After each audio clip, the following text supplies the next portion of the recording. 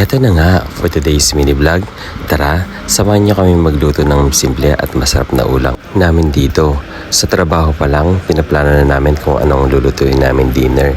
At ito nga yung naisip namin. Dito nga pumunta na kami sa wet section para tumingin ng tilapia. Pero itong tilapia ang gusto namin. I-partner sa nilagang talong, nilagang ampalaya, nilagang talbos ng kamote, nilagang okra. Hindi pala kasama yung nilagang talong. Gagawin naming ensaladang talong yon. At dito nga ay nakita niyo na ang mga pinili naming gulay tulad nitong talbos ng kamote. Pagkatapos nakita ko itong bulaklak ng kalabasa. Ang mahal ng bulaklak ng kalabasa dito dahil madalang lang ang ganitong klaseng gulay. Dito nga ay pumili na ng ampalaya si Jan. Masarap itong mga ampalaya na to. Hindi gaano mapait. Pagkatapos naman si Jessie ay pumipili na ng kamatis. Nang nakumpleto na namin ang aming mga gulay, ay kinuha na ni Jessie itong pinalinis namin na tilapia at muntikan pang makalimutan itong lemon. Gumawi naman kami dito sa may mga bagoong. Itong bagoong Ilocano ang tawag ko dito yun pinili namin. Gusto ko sana yung bagoong alamang tulad ng Barrio Fiesta na bagoong para sa aming sausawan. Pagkatapos ay umuwi na rin kami kaagad para i-prepare na itong aming mga biniling mga gulay. Madali lang naman itong ating mga menu for today. Itong prito-prito lang na tilapia at saka mga nilagang mga gulay. Ayan, at hinuhugasan na dyan yung isda at saka yung mga gulay. Pagkatapos ay isinalang niya na rin itong ating tilapia. Habang piniprito itong ating isda, sabay na rin na nilaga itong ating mga gulay. Itong okra muna ang una niyang nilaga. Hindi pala namin to binili dun sa Kabayan Harbor Market yung okra dahil meron na sila Jessie dito sa bahay tapos meron din si Jan sa bahay. Dinala na rin nila para makamenos kami sa gastusin. Pagkatapos ay hinimay-himay at hinugasan na nila itong talbos ng kamote at dahon ng ampalaya. Pagkatapos si Jan naman ay hiniwan itong mga kamatis, sibuyas at saka walang bawang. Lemon pala, kasama ang lemon.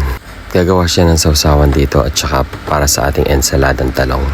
Buting pala at meron pa kaming sobrang dito. Sina Jessie pala, meron pa silang sobrang na itong itlog na maalat. Dala ni Jan yan galing Pinas.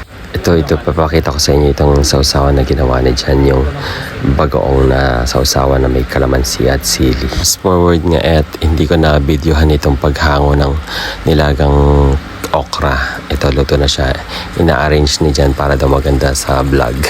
At ako naman ay nilagay ko na itong ating talong para maluto na rin siya. Ilang minuto lang ay ito, luto na ang ating talong at i-ready na ni Jan ang ating ensaladang talong, guys. Sa parehong kaserola na may tubig, ilalaga na rin niya kasunod itong ating talbos ng kamote. Masarap sana sa ensaladang talong yung inihaw, kaso nilaga na lang namin kasi pag inihaw pa namin lalong ninipis tong talong na nabili namin. Maliliit lang kasi sila. Pagkatapos ng gayat-gayatin yung mga talong, guys, ito na at timplahin na natin ang ating ensaladang talong. Talagang nagki-crave kami dito sa ensaladang talong na ganito, guys. Ayan, guys, timplahan natin ng ayon sa ating panlasa itong ating ensaladang talong. Masarap to yung medyo spicy siya. Tapos may init-init na kanin. Yun ang perfect na partner nito, guys. Tapos mga prito-prito, ang sarap. Dito nga ay luto na ang ating nilagang talbos ng kamote. Pagkatapos ay sinunod na niya yung ating ampalaya, guys. Tapos yung dahon ng ampalaya pagkatapos nun. Mukhang nakukulangan nga pala kami sa aming mga pritong tilapia, guys. Kaya ito, dinagdag niya yung mga danggit na dala niya galing Pinas. Ang sarap nitong danggit na dala niya kasi hindi masyadong maalat. Parang pwede siyang kutkutin, ganon. Dito nga ay hinango na niya rin itong ating nilagang ampalaya at sinunod niya na rin dito yung dahon ng ampalaya, guys. Hindi ko ata na videohan yung paglalagay niya ng ampalayang dahon. Heto na nga, guys, ang aming dinner for tonight. Ayan, nilagang okra, ensaladang talong, pritong tilapia, ayan yung bagoong. Ayan, nilagang ampalaya at saka dahon ng ampalaya at talbos ng kamote at itong danggit. Tsara, guys, masarap yan dito sa usawan. Kain tayo, guys, dinner namin. Kain po tayo. At yun na nga guys ang aming dinner for today. Ang simple at napakasarap na aming mga ulam guys. Gusto ko sana ng dito yung burong kanin kaso sa susunod na lang. So paano mo yan guys? Maraming salamat sa panonood. Thank you for watching guys. God bless and be good. Kain po tayo. Ingat po palagi guys. Bye bye at salamat din sa walang sawang pagsuporta sa akin.